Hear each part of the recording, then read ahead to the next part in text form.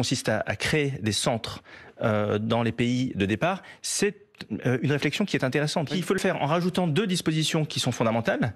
C'est qu'on ne réglera pas le problème des migrants et des migrations si on ne gère pas la question de l'assimilation. Ceux qui sont chez nous, comment on les intègre, c'est absolument essentiel, parce que si on n'a pas la solution et si on est incapable de faire respecter l'ordre républicain et l'esprit républicain, ça ne peut pas fonctionner. Et puis, une chose est d'avoir des hotspots à l'extérieur de notre territoire, mais que fait-on dans cette hypothèse des migrants qui arriveraient sur le territoire français? Il y a une solution. C'est l'Australie qui l'a fait.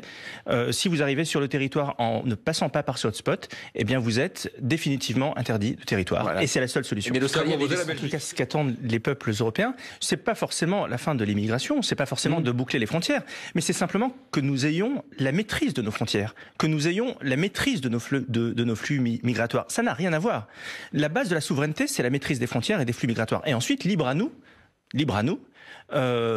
notre représentation nationale. Il y a une souveraineté européenne, non, avec Frontex, avec... Oui, mais aujourd'hui, nous ne maîtrisons pas nos frontières et nous subissons tout ce que nous vivons depuis 4 ans en matière de migration. Nous les subissons. Nous ne pouvons pas les subir. Nous devons les contrôler. Et ça n'enlève rien à notre humanisme. Ça n'enlève rien au fait que la France et que d'autres pays européens continueront à accueillir des migrants et des réfugiés du monde entier.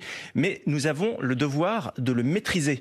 Ne pas le maîtriser, c'est nous rendons coupables auprès des générations futures.